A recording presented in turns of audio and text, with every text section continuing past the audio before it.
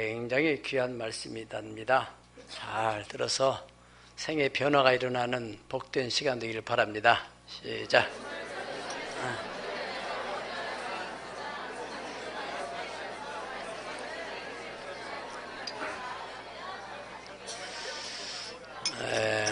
오늘은 부담이 저도 많이 됩니다. 설교를 어떻게 쓰다 보니까 논문을 쓰는 것 같이 써가지고 그래서 어떻게 하면 여러분들에게 이렇게 잘 쉽게 이해를 시킬까 하는 부담이 있습니다. 주님이 주시는 새 힘의 비밀이라는 제목인데요.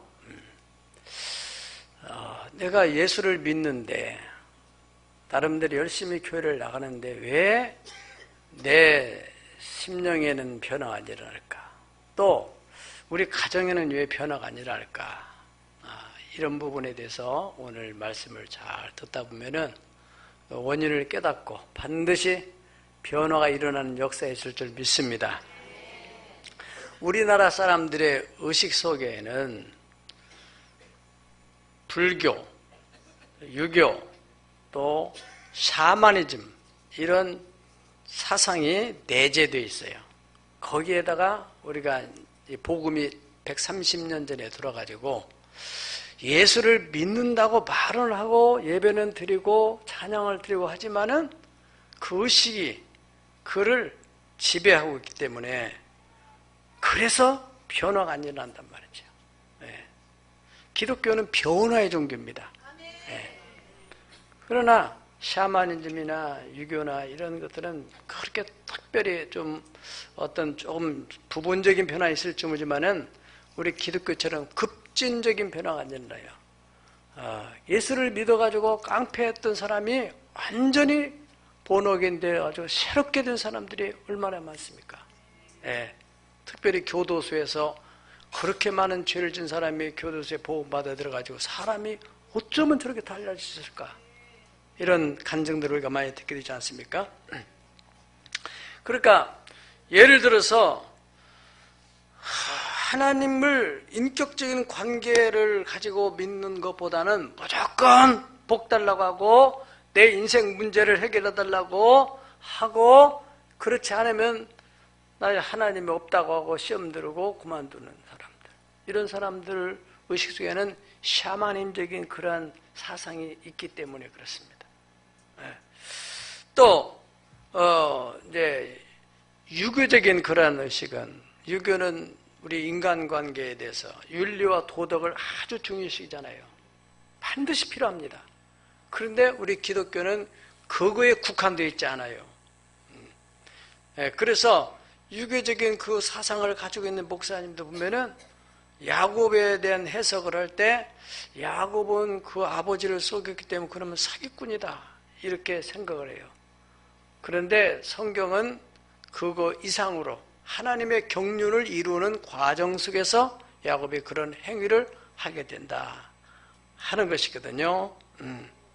그리고 또 어떤 사람은 부모야 또 자식이야 남편이든 아내든 어떻게 되든지 말든지 간에 나는 신령해야 되니까 그래서 산으로 가서 또 어디 기도원으로 쫓아다니고 이런 사람들이 있어요.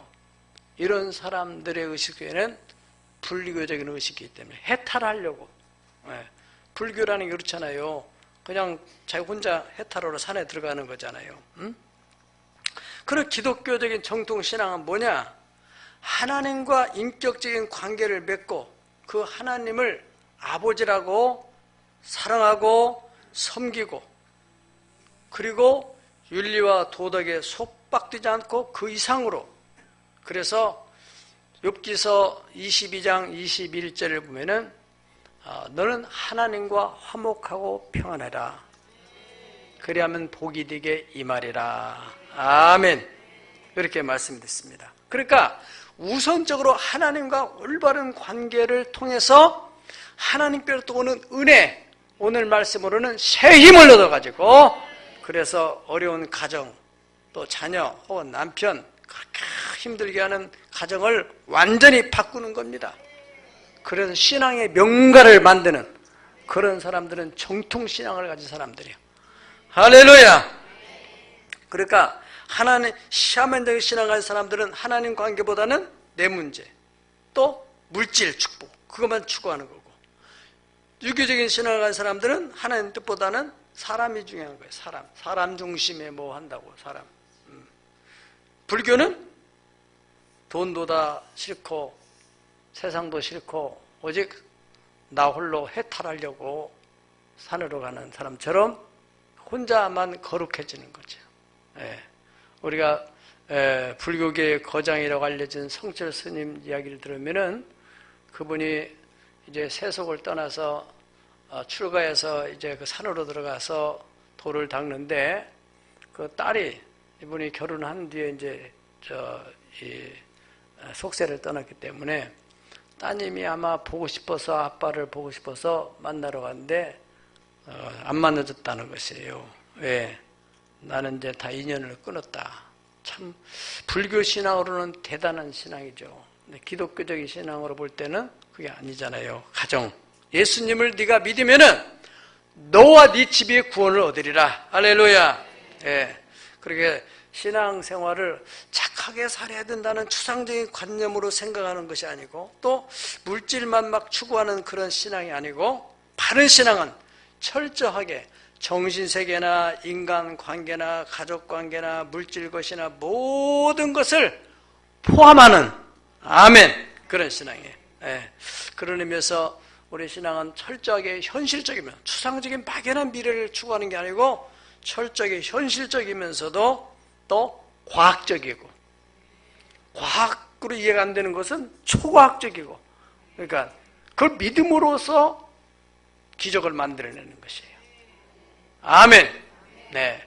21세기의 과학계 최고 알버트 아인슈타인이라는 분은 그런 말을 했어요. 네. 신앙이 없는 과학은 절름발이고 과학이 없는 신앙은 소경이다. 그렇게 말했습니다. 그러니까 신앙인으로서 과학적인 마인드를 갖지 않으면 그냥 덮어놓고 눈 감고 믿는 거나 마찬가지라 그런 말입니다. 예. 오늘은 이 주님이 주시는 새 힘, 오직 여기에 말씀하시기를 오직 여호와를 앙망하는 자에게는 새 힘을 얻으리니 과연 그 새 힘, 그거는 하나의 추상적인 개념이냐 실제적인 것이냐 여기서 말하는 것은 실제적인 겁니다. 성경은 추상적이지 않아요. 이해를 못하기 때문에 추상적이지 실제적이라는 거예요. 그래서 실제적으로 그 힘이 와가지고 소년이라도 또 장정이라도 힘들다 피곤하다 넘어지고 또 쓰러지고 그래도 여호와를 앙망하는 사람은 하나님으로부터 새 힘을 받게 되고 새 힘을 얻게 되면은 피곤하지 않고 걸어가도 피곤하지 않고 달려가도 곤비치 않고 여러분 지금은 경제 어렵다고 하는데 여러분들이 이 새 힘을 얻어가지고 피곤을 모르고 낙심을 모르고 절망을 모르고 힘차게 살아갈 수 있는 은혜가 있기를 축복합니다. 예, 바로 그 힘의 비밀. 예, 우리가 성경이 무슨 내게 도움이 되느냐 또 교회 나가서 은혜 받으면 무슨 도움이 되느냐 그 도움이 바로 새 힘을 넣는 겁니다. 새 힘. 그 새 힘이 생활의 동력이 되는 거예요. 그렇지 않다면은 우리는 종교생활하는 거나 마찬가지네요. 예. 그래서 하나님의 말씀은 네, 그 믿는 자 속에 들어가서 역사해가지고 창조적인 일을 만든다는 것입니다. 우리 신앙 고백 첫 번째가 뭐냐면은 전능하사 천지를 만드신 하나님 아버지를 내가 믿습니다. 하나님께서 이 천지 만물을 어떻게 만들었다고요? 말씀으로 만들었는데 그 말씀으로 천지 만물이 물질 세계를 만들었다는 그 하나님을 내가 믿습니다. 그런데 그 말씀이 그때 만드는 것으로 끝나지 않고 지금도 믿는 자 속에서 창조적인 일을 만들어낸다는 거예요. 아멘. 그러니까 여러분들에게 그 믿음이 오게 되면은 여러분들의 삶을 통해서 창조적인 일을 만들어낼 수 있다는 거예요. 그것이 정통신앙이에요. 아멘. 그러니까 예수님께서 요한복음 1장 14절에 보면 예수님께서 말씀이 육신이 되어 우리 가운데 거하심에, 그런 말씀이 표현했는데, 그 말씀은 헬라 말로는 로고스입니다. 로고스가 사르크스가 됐다. 사르크스는 육신이 됐다는 거예요.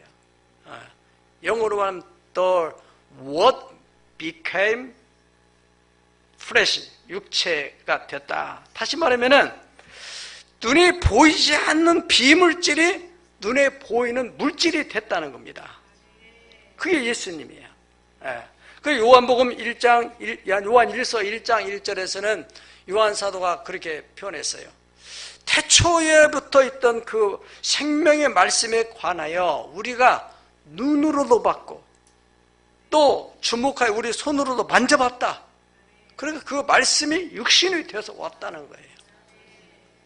그래, 고대 철학자들, 그리스 철학자들은 로고스에 대해서, 이 로고스라고 하는 이 말씀의 개념이 예수님이 오시기 전부터 다 그리스도의 그 헬라 말이기 때문에 그 로고스에 대한 개념을 헤라클레토스라는 사람은, 로고스는 우주와 인간의 양자를 구성하는 것으로 인간을 우주와 인간과 신과 연결시킨다. 그렇게 이해를 하고 있었어요. 인간과 신하고 연결시키는 게 바로 로고스다. 소크라테스, 플라톤, 이분들은 로고스는 사물의 실제 일치하는 방식으로 친교를 확립하는 능력을 가지고 있다 그랬어요. 이것을 다 포괄적으로 생각해보면 이 로고스라는 개념, 그 말씀이라는 그것은 형이상학적인 거예요. 추상적인 것 같지만은 형이상학적인 실존이다, 실체다, 그렇게 규정을 한 것입니다. 눈에 보이지 않다, 눈에 보이지 않는 실제적인 존재, 그것이 바로 말씀이라는 거예요. 그러니까 이 말씀 속에는, 아인슈타인은 그 에너지에 대한 설명을 할 때 그 에너지라는 것 속에는, 에너지는 반드시 물질을 만들어낸다 그랬습니다. 거꾸로 이 어떤 물체가 있으면 이 물체 속에는 에너지를 품고 있다 그랬어요. 에너지 눈에 보이지 않는 거예요. 여러분 속에 에너지가 있다 한다면은 그 에너지가 뭔가를 만들어낼 수 있다는 겁니다. 그 에너지를 성경은 말씀이라고 했고 또 하나님이 주시는 새 힘이라고 했다는 거예요. 할렐루야. 그래서 우리가 이 말씀은 눈에 보이지 않는 그런 형이상학적인 것인데 그 말씀이 믿음을 가진 사람 속에서 눈에 보이는 물질화되고 형체화된다는 거예요. 장동신 박사라는 뇌과학자가 있습니다. 이분의 강의를 들어보니까 믿음이라는 것은 뇌의 경험을 바꾼다, 그런 얘기를 했어요. 과학자가. 믿음이라는 건 사실은 과학적인 용어가 아닌데 신앙적인 용어인데, 그러니까 이 뇌가 문제인데, 이 뇌가 어떤 것에 실패했으면 나는 실패할 수밖에 없다는 그 의식을 늘 가지고 있다는 거예요. 그런데 믿음이 들어가게 되면은 이 과거에 실패했던 그 경험의 의식을 바꾼다는 거예요. 그래서 뇌 안에서 믿음만 바꿀 수 있다면은 삶을 바꿀 수 있다, 그렇게 말했어요, 과학자가. 그걸 다시 반대로 한다면은 왜 내 삶이 안 바뀌는가 하는 것은 내 믿음이 안 바뀐다는 거예요. 역설적으로 말한다면은. 그래서 이 히브리서 11장 1절에서 2절까지 성경에서는 말하기를, 믿음이라는 것이 뭐냐, 믿음의 정의를 말할 때 믿음은 바라는 것들에 대한 실상이다, 보지 못하는 것들에 대한 증거다. 믿음의 선조들은 이렇게 해서 증거를 얻었다. 곧 그들은 그 믿음을 가지고 현상을 만들어냈다, 그런 얘기입니다. 그래서 우리가 이 선조들이 가지고 있는 하나님의 말씀, 그 믿음을 그 사람들이 받아들여 가지고 어떤 역사를, 실체화되는 역사를 만들었다는, 그러기 때문에 이 말씀은 진리예요, 진리. 따라서 말씀은 진리다. 진리라는 것은 시간과 공간에 제한을 받지 않고 동일한 가치를 가지고 있는 거예요. 그것을 우리가 이제 쉽게 물질로 표현한다면은 금이라는 것은 금이라는 것은 세계적으로 공통적으로 그 가치를 가지고 있잖아요. 진리는 우리나라에서 진리면은 미국에서도 진리해야 되고 2000년 전에 진리면은 오늘 또 진리해야 돼요. 변하지 않는 거야 돼요. 그 가치를 그대로 보존하고 있어야 돼요. 아멘. 예수님 당시에나 초대교회가 예수 이름으로 귀신을 쫓아내고 병을 고쳤으면은 지금도 예수 이름으로 병이 고쳐지고 귀신이 쫓아나가는 그 진리라 말이지. 아멘. 네. 그래서 시간이 바뀌고 공간이 바뀌어도 변하지 않는 그 진리, 그것이 하나님 말씀인데, 과학적으로 말하면 그 믿음이라는 건 어디서 만들어지냐? 우리는 추상적으로 생각하니까 믿음이 어디서 온 것도 같고 있는 것도 같고 어떤 때는 없어진 것 같고 그렇지 않습니다. 과학적으로 말하면 믿음은 뇌에서 만들어진다는 거예요. 뇌에서. 예. 그래서 그 장동선 박사 그 얘기 들으면은 우리를 가두어 놓고 있는 것은 환경이 아니라 그 사람의 믿음이 그를 가두어 놓고 있는 거다. 그랬어요. 그래서 사람의 뇌를 찍어보니까 뇌는 고정형 뇌, 픽스트 마인드가 있고 또 성장형, 그로스 마인드가 있다고 그래요. 그러니까 고정형은 아주 고정관념이 딱 박혀 있는 거예요. 그래서 고정형 뇌를 가진 사람보다는 성장형 뇌를 가지고 있는 사람이 훨씬 더 성공률이 높다. 네, 있어요. 예. 고정형 뇌를 가진 사람은 한 번 실패하면은 다시 못 일어나요. 예. 아유, 그거 안 되는데 뭐. 안 됐는데 뭐. 그러나 성장형 뇌를 가진 사람은 그때는 안 됐지만 지금은 될 수 있어. 아멘. 예. 그래서 자꾸 도전을 한다는 것이죠. 예. 안 된다, 못 한다, 할 수 없다. 그것은 그 마음에 이 뇌가 고정되어 있어서 그러는 거예요. 예. 그러나 할 수 있다. 내 인생도 얼마든지 행복할 수 있다. 예. 우리 부모가 불행했기 때문에 나도 불행할 거야. 그렇게 생각하는 것은 그게 바로 잘못된 거라는 거죠. 예. 그래서 현대 뇌과학이 성경 말씀을 증명해 주는 겁니다.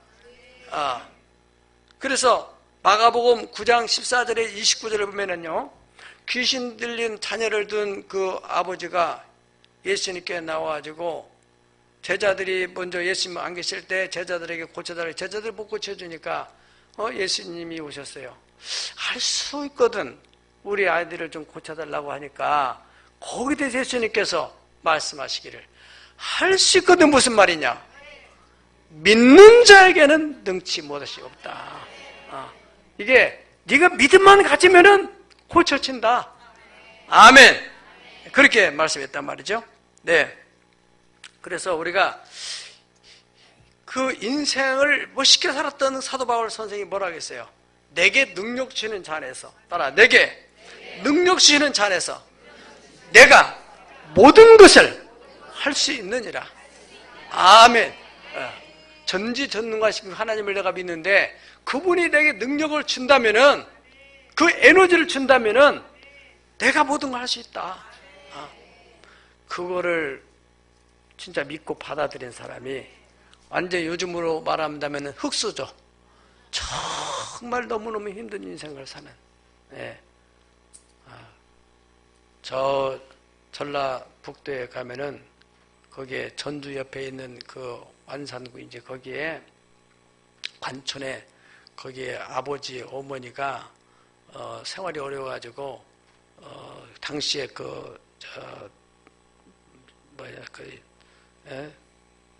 남의 집 가서 사는 거 있잖아요. 머슴. 요즘에는 머슴이라는 용어가 없어가지고 머슴살이라는데 그 소 키우는 요양간에서 살았대요. 어머니 아버지가. 그러니까 본인도 그렇게 살은 거죠. 그래서 학교도 못 가고, 그래서 초등학교를 이제 교회를 가가지고 전도사님이 이렇게 한글 좀 띄워주고 해가지고 한 10살 땐가 이렇게 늦게서 이제 초등학교를 들어갔더나. 그러다가 이제 사람이 이제 거기서 믿음이 생기고 그래가지고 서울로 올라와서 구두 닦기를 하다가 야간을 이제 학원 다니고, 그러다가 누구한테 정보를 들었어요.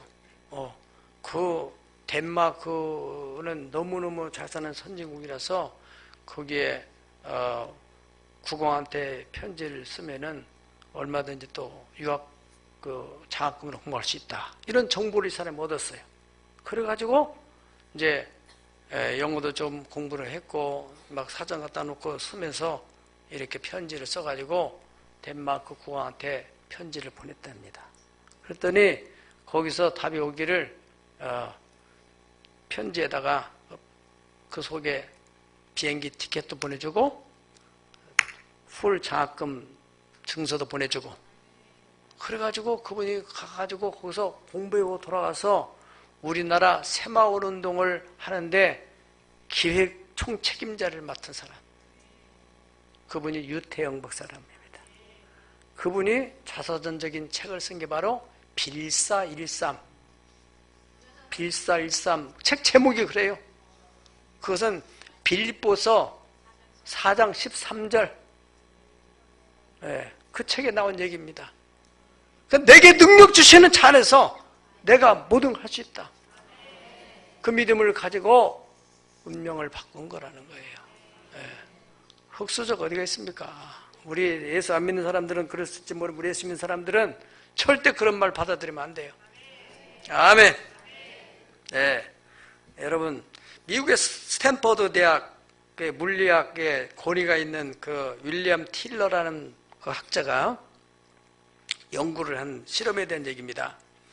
한 젊은이가 자기 친구가 유학을 했는데 너무너무 이 사람이 어려워요. 그러니까 이 사람이 그 아주 싼 커피를 컵에다 타 먹었다는 거예요. 그래서 그 친구에게 선물을 좋은 컵이라도 하나 해야 되겠다 해서 컵에다가 기도를 하고 하나님 이 컵을 먹는 우리 친구가 건강하게 해달라고 그리고 포장을 다 해가지고 보내줬다는 거예요. 그런데 그 친구가 다른 컵으로 먹다가 그 친구가 보내준 컵에다가 커피를 타가지고 먹는데 싸구려 커피 똑같은 커피인데 맛이 다르더라는 거예요. 맛이. 이야 그거 신기하다. 왜 그럴까 이게. 그래서 똑같은 커피를 또 다른 컵부터 하면 맛이 안 나가고 이상해가지고 실험실에다가 의뢰를 했더니 이 컵에는 그 노화를 방지하는 물질이 많이 들어가 있다 그러더라는 거예요. 그래서 컵에다가 커피를 부으면은 이게 여기서 무슨 다이나믹한 무슨 역사가 일어나가지고 이게 맛이 달라지게 되는 거예요. 그래서 이게 기도했다고 하니까 다른 컵에다 또 기도를 했더니 그 컵도 역시 그런 현상이 나타나더라는 거예요. 그래가지고 그 컵을 다른 기도 안 한 컵하고 이렇게 방에다가 한 1년 있다가 보니까 거기 옆에 있는 컵까지 전부 다 임파테이션이 돼가지고 전이가 돼가지고 바이러스 전이 돼가지고 똑같은 효과가 나타나는 거예요. 여러분 그것은 누가 신비적인 광신자가 간증한 얘기 아니라 양자 물리학자 권위 있는 학자가 실험을 통해서 얻은 것입니다. 그러니까 뭔가 기도를 할 때 어떤 에너지가 개입이 된다는 거예요. 기도라는 것은 그냥 막연한 것이 아닙니다. 여러분 그걸 이제 관찰자 효과라는 observer effect라고 하는 표현으로 그 사람들이 사용하는데 과학자들이 이게 바로 창세기 30장 37절로 43절을 보면은 야곱이라는 사람이 말이죠. 삼촌 집에서 이렇게 그 20여 년 동안 머슴살이를 하게 되잖아요. 근데 너무너무 삼촌이 거짓말만 시키고 사기도 많이 나오고 그래서 어느 날은 이제 자식은 많이 생기고 자기가 앞날이 캄캄하고 그러니까 삼촌한테 나 이제 앞이 캄캄합니다. 우리 자식 새끼들 먹고 살라니까 지금 가진 것도 없고 그래서 나는 이제 우리 고향으로 가겠다고 하니까 삼촌이 뭐가 필요하냐. 그러니까 야곱이 비장의 카드를 꺼내는 거예요. 삼촌의 양을 내가 지금까지 쳤듯이 앞으로 칠 텐데 조건이 있습니다. 하얀 양떼를 골라서 사흘길을 떼서 그래서 거기서 제가 양을 칠 텐데 그 하얀 양 가운데서 얼룩얼룩한 양, 점 있는 것이 나온다면은 그건 내 품삯으로 해줄 수 있겠습니까? 이런 조건을 제시하니까 그 삼촌이 얼마나 유리한 조건이에요. 양을 쳐본 경험으로 볼 때 하얀 양 가운데서는 하얀 양이 대체로 많이 나오지, 얼룩이가 나와서는 아주 돌연 변이가 일어나야 나오는 거예요. 멘델의 유전 법칙에 하면은 돌연 변이가 나야 어쩌다 하나씩 나오는데, 그래서 계약을 했어요. 계약을 하고 이제 하얀 양떼를 갖다 치는데, 성경의 얘기입니다. 야곱이 하나님으로부터 무슨 감동을 받았는지 버드나무와 살구나무와 신풍나무 가지를 그 냇가에다가 꽂아놓고 그 하얀 양, 틀실한 양들이 새끼 뵐 때 되면 고여가지고 먹이는 거예요. 그게 이제 과학적으로 말하는 관찰자 효과입니다. 보니까 나중에 이 양들이 새끼를 낳다 보니까 얼룩얼룩이 나오는 거예요. 점 있는 거에 나오는 거예요. 그래가지고 떼부자가 됐다는 거 아닙니까? 여러분들도 어떤 계약을 할 때 이러한 것을 적용을 해서, 세상 사람들은 그냥 이성적인 판단으로 하는 거잖아요. 우리는 하나님이 계시다는 거예요. 창조주 하나님. 기도하라고 하시는 하나님. 예. 그래서 이 관찰 효과를, 이 사람들은, 과학자들은 관찰을 하게 되면은 어떤 효과가 나타난다. 관찰 안 하면은 효과가 나타난다. 그래서 관찰자 효과를 이 사람들이 표현하는 말로 신이 부리는 요술이다. 그런 표현을 했단 말이죠. 우리에게는 뭐예요? 오늘로 말하면은 새 힘이야, 새 힘. 하나님이 새로운 에너지를 거기다 불어넣어준다는 거예요. 바로 오늘 오직 여호와를 앙만한 자에게는 새 힘을 주시리니. 과연 그 새 힘의 비밀이 뭔가? 원어에 찾아보니까 이 힘이라는 말이 코아흐, 따라 코아흐. 그게 이제 힘이라는 말인데, 그 우리말로 해석한 거 보니까 그 코하흐 속에는 잠재력, 생산하는 능력, 창조하는 능력, 적을 정복하는 능력, 백성을 구원하는 능력, 상황을 대처하는 능력, 6가지 항목이 들어가 있어요. 코아흐 속에. 그래서 주님이 주신 이 새 힘을 우리가 얻게 된다면은, 우리가 어떠한 것을 해결할 수 있는 잠재적인 힘도 생기게 되고, 부를 증식시키고 생산하는 능력도 생기게 되고, 어려운 상황을 대처할 수 있는 힘도 생기게 되고, 또 아무것도 없는 곳에서 새 것을 창조하는 힘도 생기게 되고, 위기에서 벗어나는, 우리의 대적을 정복하는, 마치 이러한 힘이 바로 하나님이 삼손에게 주신 힘이 새 힘이에요. 바로 코아흐예요. 그게. 삼손이 나귀뼈딱 하나 가지고 몇 명을 죽여요? 1000명을 죽이잖아요. 1000명을. 그걸 소설, 삼국지까지 생각하면 안 돼요. 하나님이 쓸 얘기가 없어 그런 걸 쓰겠어요. 그게 바로 코아흐라는 거예요. 하나님이 그 새 힘을 주시면은 그렇게 적을 물리칠 수 있다는 것입니다. 그리고 그 힘은 코아흐인데 그 앞에 새자가 맞아요. 새라는 또 오늘을 보니까 할라프, 따라 할라프. 할라프는 나가다, 지나가다, 꿰뚫다, 변경하다, 관통하다, 홍수가 휩쓸고 가다, 히오르바람 또 새롭게 하다. 그러니까 엘리야가 승천하는 것도 바로 할라프예요. 할라프.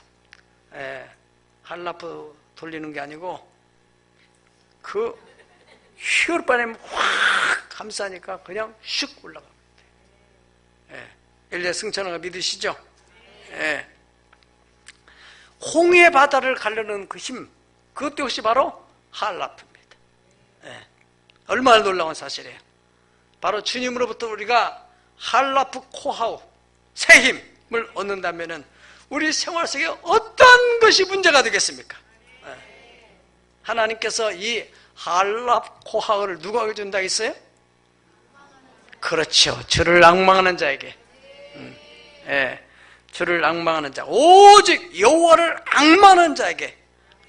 앙망이라는 그 말 또 히브리 보니까 카와, 기다린다, 기대한다, 바라다, 소망한다. look for, wait, hope. 하나님께서 자기 백성을 위해 결정적으로 행동하실 것을 확신 있게 소망하고 끈기 있게 참고 기다린다는 거예요. 아멘. 네. 이사야서 8장 17절 보니까 이제 야곱 집에 대하여 얼굴을 가리시는 여호와를 다 같이 읽어볼까요? 시작. 이제 야곱 집에 대하여, 네, 바로 이거예요. 나는 기다리며 바라보리라. 이게 바로 악망이에요. 악망. 네. 가와. 네. 오늘 본문의 40장 31절 보니까 여호와를 섬기며 구원 사역을 기다린다, 그런 뜻으로 번역이 되어 있어요. 하나님을 섬기며, 그냥 막연히 기다리는 게 아니라 하나님을 섬기며 그의 구원을 기다린다. 아멘. 예, 섬기며, 이게 중요한 포인트입니다. 예. 그러면은 우리가 어떻게 하나님을 섬기며 악마할 때 새 힘을 주시는가? 첫 번째로는 예배. 예배를 통해 주님을 섬기는 그런 사람에게 하나님께서 이 힘을 주신다는 것이에요. 사무엘상 7장 5절에서 11절을 보면은 거기 어떤 사건이 나오냐면은 여기에 이스라엘 백성들이 미스바에 모여서 하나님께 번제를 드립니다. 그 정보를 입수한 블레셋 군대가 쳐들어오는 거예요. 쳐들어올 때 그 번제를 포기하지 않고 사무엘이 집중을 해서 하나님께 번제를 온전히 드릴 때, 그때 하나님이 큰 우레를 발하시게 돼요. 그 우레를 발함으로써 그 블레셋 군대가 어지러져 가지고 패하겠다는 거예요. 아마도 막 천둥번개를 치고 그러니 막 사람들이 보통 놀라겠어요. 정신을 못 차리죠. 자중질환이 일어났을 가능성이 많죠. 예, 정신 착란증이 생겨가지고. 바로 그 하나님을 섬기려고 그 예배에 집중을 할 때 하나님께서 역사해가지고 바로 그 새 힘으로 그래가지고 이 적을 완전히 물리치게 되는, 예배라는 것도 여러분들이 그냥 대충 하는 게 아니라 그 하나님께 집중하는, 악망하는 예배를 드려야 돼요. 목마른 사슴이 시냇물을 찾아 갈급함 같은 그런 심정, 그런 마음을 가지고 하나님께 예배할 때 그렇게 예배하는 사람에게 힘이 생긴다, 그 말이에요. 하나님은 그런 사람에게 힘을 준다는 거예요. 우리는 그 은혜라고 표현하죠. 두 번째로는 오직 여호와를 바라보고 기도하며 소망하는 사람, 그리고 기다리는 사람. 출애굽기 14장 보면은 이스라엘 백성들이 출애굽을 할 때 그들이 하나님의 10가지 재앙으로 인해서 바로가 항복을 하고 보내줬는데, 나오는데 바로가 가만히 생각하니까 이 사람들은 나가서 노동력 없어서 이거 나라 경제가 문제 생기니까 다시 또 그 군사를 풀어가지고 이 백성들을 추격을 하는 거예요. 그 도망을 가는데 앞에 홍해가 막혔어요.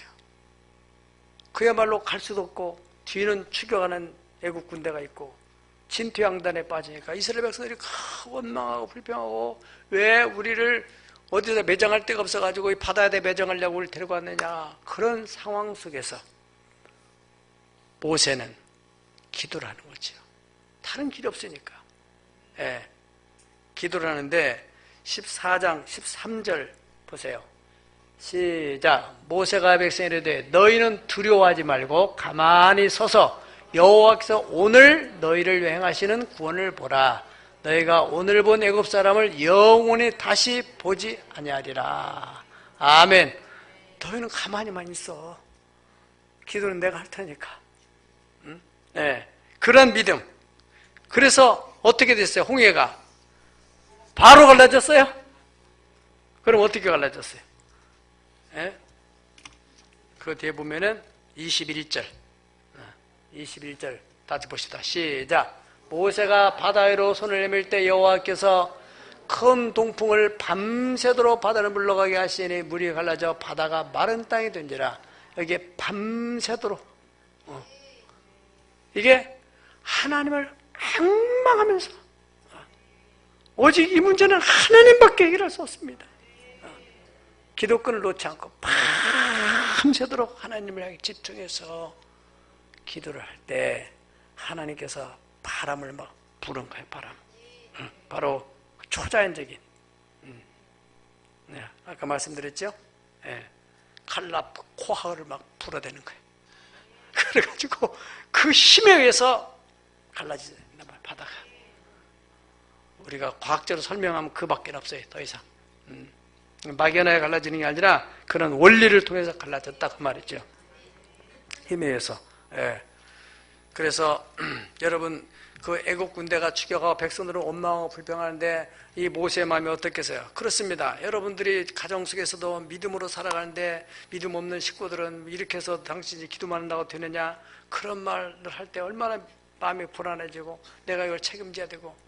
그러나 이 누군가는 이런 모세의 심정을 가지고 있어야 돼요. 인내의 마음.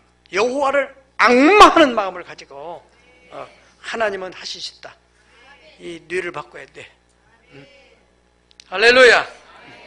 갈라디 6장 9절에서는 말씀했습니다. 우리가 선을 행하되 낙심하지 말지니 뭐하지 아니하면 포기하지 아니하면 때가 이르면 거두리라. 포기는 언제 쓰는 거예요? 배추 셀 때. 그때 한 포기 두 포기 세는 거예요. 믿음 안에는 포기 없습니다.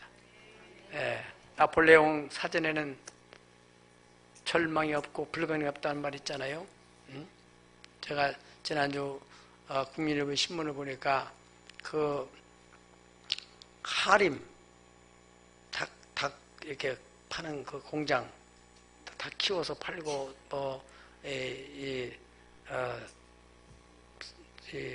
닭고기들 많잖아요. 그런 거. 그걸 하림 그 장로님이 김홍국 장로님이란 분인데 그분도 과정에 어려움이 있었지만은 이분이 재계 32위란 겁니다. 재정 규모는 10조. 아주 신앙이 좋으신 분이에요. 이분이 저 프랑스에 가서 어디 경매시장에 가보니까 나폴레옹 모자 있잖아요. 나폴레옹 특이한 모자. 경매에 나와가지고 그 모자를 26억에 사왔대요. 분당 어디에 거기에 본사 빌딩이 있다는데 왜 그렇게 많은 돈을 사왔느냐? 우리 한국의 젊은이들이 너무 흑수 타령을 해가지고 그 많은 사람들 가운데 한 사람만이라도 나폴레옹이 가지고 있는 그 정신, 내 사전에는 불가능이 없다. 한 명이라도 그런 마음을 간다면은 26억 이상의 가치가 있다. 이런 마음을 가지고, 그러니까 그런 것도 보통 사람이 아니죠. 네. 믿음 있는 분이 그런 거예요. 믿음 있는. 포기하지 아니하면 내가 이르면 거두리라. 할렐루야. 많은 성도들이 왜 하나님이 기도하냐? 모든 범사에 기한이 있다는데 하나님이 응답하는 것은 가장 적절한 때, 적절한 방법으로 응답하시는 거예요. 아멘. 누가복음 18장 1절에서 8절은 예수님께서 성도들이 그렇게 기도하다가 포기하고 하기 때문에 비유를 들어서 항상 기도하고 낙심하지 말아야 할 것을 비유로 가라사대. 어떤 도시에 참 배경이 없는 그런 과부가 있다. 그리고 그 과부의 절박한 문제를 해결할 수 있는 한 사람 재판장이 있는데 이 재판장은 불의한 재판장이다. 하나님도 모르고 그 마음 가치관 이 자체가 불의한 사람이고, 그 과부가 재판장한테 가서 내 억울한 사정 좀 풀어달라고 하는데 밤낮 가서 얘기하는 거예요. 그러니까 이 재판장이 내가 하나님도 두렵지 않고 사람도 내가 눈에 보이는 것이 없는 아나부인격으로 내가 살아왔는데 저 과부가 나를 번거롭게 하니까 내가 귀찮아서 이 여자의 소원을 안 들어주고 내가 못 살겠다. 여러분, 예수님께서 그에 대해서 이 재판장의 한 말을 들어봐라. 하물며 이 불의한 재판과 너희 이렇게 들어주는데 하물며 너희 천부께서 구하는 주의 백성들, 당신의 백성들의 소원을 들어주지 않겠느냐. 아멘. 문제는 뭐예요? 낭망하고 포기하고 끈질기게 악마하는 마음을 가지고 기도하는 거예요. 할렐루야. 네. 마지막으로 마음을 다하고 성품을 다하고 뜻을 다하고 힘을 다하여서 주님을 낭망하는 마음을 가지고 섬기는 사람, 그런 사람에게 새 힘을 주신다는 겁니다. 신명기 11장 13절에서 14절을 보시겠습니다. 다 같이 보시겠어요? 내가 오늘 너에게 명하는 내 명령을 너희가 만일 청종하고 너희 하나님 여호와를 사랑하여 마음을 다하고 뜻을 다하여 섬기면 여호와께서 너희 땅에 이른 비 늦은 비를 적당한 때에 내리시리니 너희가 곡식과 포도주와 기름을 얻을 것이요. 여러분, 이거 농경사에서 일어났던 일이에요. 이렇게 네가 마음을 다 섬기면 하나님이 비를 내려가지고 너희 곡식, 포도주, 기름이 넘치게 하겠다는데, 산업화 사이에 여러분들이 적용을 한다면 네가 이런 마음을 가지고 하나님을 섬기고 악망을 하면은 네 사업장을 내가 이렇게 기름지게 해주겠다는 거 아니겠어요? 이것이 적용이 안 된다면 이 성경이 무슨 필요가 있습니까, 이게? 하나님께서는 하나님 백성들이 이 세상에서 어떻게 믿음으로 살아가야 되는 그런 역사적인 사실들을 다 이것을 책으로 만들어 놓은 거예요. 이미 검증된 것들이 있다. 구약 성경은 이미 이루어진 역사들이고, 물론 시작도 예수님 오셔서부터 역사한 얘기지만은 요한계시록만 미래에 대한 얘기죠. 그러니까 이스라엘 백성들이 실제로 그 사람들이 가나안 땅, 하나님이 주신 땅에 들어갔지 않습니까? 그 21절에 보면은 21절에 여호와께서 너희 조상에게 주리라고 맹세하신 땅에서 너희 날과 너희 자녀의 날이 많아서 하늘의 땅을 덮음같이 날이 장구하리라. 할렐루야. 신명기 6장 4절에서 11절에 보면은 똑같은 얘기입니다. 마음을 다하고 뜻을 다하고 힘을 다하여 네 하나님을 사랑하라. 그러면은 10절에서 11절까지 보면은 여기는 이렇게 나와요. 네가 건축하지 아니한 크고 아름다운 성을 얻게 하시고, 네가 채우지 아니한 아름다운 물건이 가득한 집을 얻게 하시고, 네가 파지 아니한 우물을 차지하게 하시고, 네가 심지 아니한 포도원과 감람나무를 차지하게 하사 네가 배불리 먹게 하겠다. 어떻게 이런 일이 일어날 수가 있을까? 바로 할라프 코하, 하나님이 초자연적인 능력으로 디바인 파워를 통해서 하나님이 그렇게 바꾼다는 거예요. 우리의 재정적 능력이나 우리의 실력으로는 불가능한데 하나님이 그거 개입해 주겠다는 거예요. 네가 그렇게 나를 위해서 섬기는데 그렇잖아요. 여러분도 우리가 인지상정이라, 우리가 누가 나를 위해서 그렇게 헌신봉사하면 얼마나 마음에 부담을 가지고 저 사람의 내 은혜를 갚아야지. 그게 사람의 마음이잖아요. 하나님께서도 오직 당신을 그렇게 충성스럽게 섬기는 사람을 왜 외면하겠냐 그 말이죠. 여러분, 여호와를 앙망하는 마음을 가지고 예배하시고, 여호와를 앙망하는 마음을 가지고 끈질기게 기도하시고, 그리고 또 하나님을 섬기되 적당하게 의무감에서 하지 마시고 하나님을 사랑하는 마음을 가지고 무슨 일을 하든지, 전도를 하든지 봉사를 하든지 식당에서 식사를 하든지 정말로 모든 것을 주님께 하듯 하라. 최우성 장로님 대의그룹 그 회장님, 장로님도 그 철학을 가지고 그분도 책을 냈잖아요. 죽게 하듯 하라. 사업을 하면서 모든 사람들을 대할 때 주님께 하듯 하는 마음을 가지고 그렇게 해서 하나님이 축복했다는 얘기가 있습니다. 사람들은 경제가 어렵다고 합니다. 그걸 여러분이 접수해가지고 그래 어려워, 나도 어려울 거야. 그걸 믿음으로 받아들이는 사람이 있으면 안 됩니다. 여기 성경에 말씀하시길 하나님 뭐라 하겠어요? 소년이 뭐가 피곤하겠어요? 예? 장정이 뭐가 쓰러질 일이 있겠어요? 이걸 경제적인 용어로 대입한다면은 잘 나가는 회사라도 재벌이라도 쓰러지고 넘어져도 오직 여호와를 앙망하는 기업, 성도, 그 사람은 걸어가도 피곤치 않고 달려가도 곤비치 않도록 하나님이 새 힘을 주겠다고 하셨는데 그 새 힘을 공급받아서 올 한 해 꼭 승리하는 복된 생을 사시기를 예수님의 이름으로 축복합니다. 다 같이 기도하겠습니다.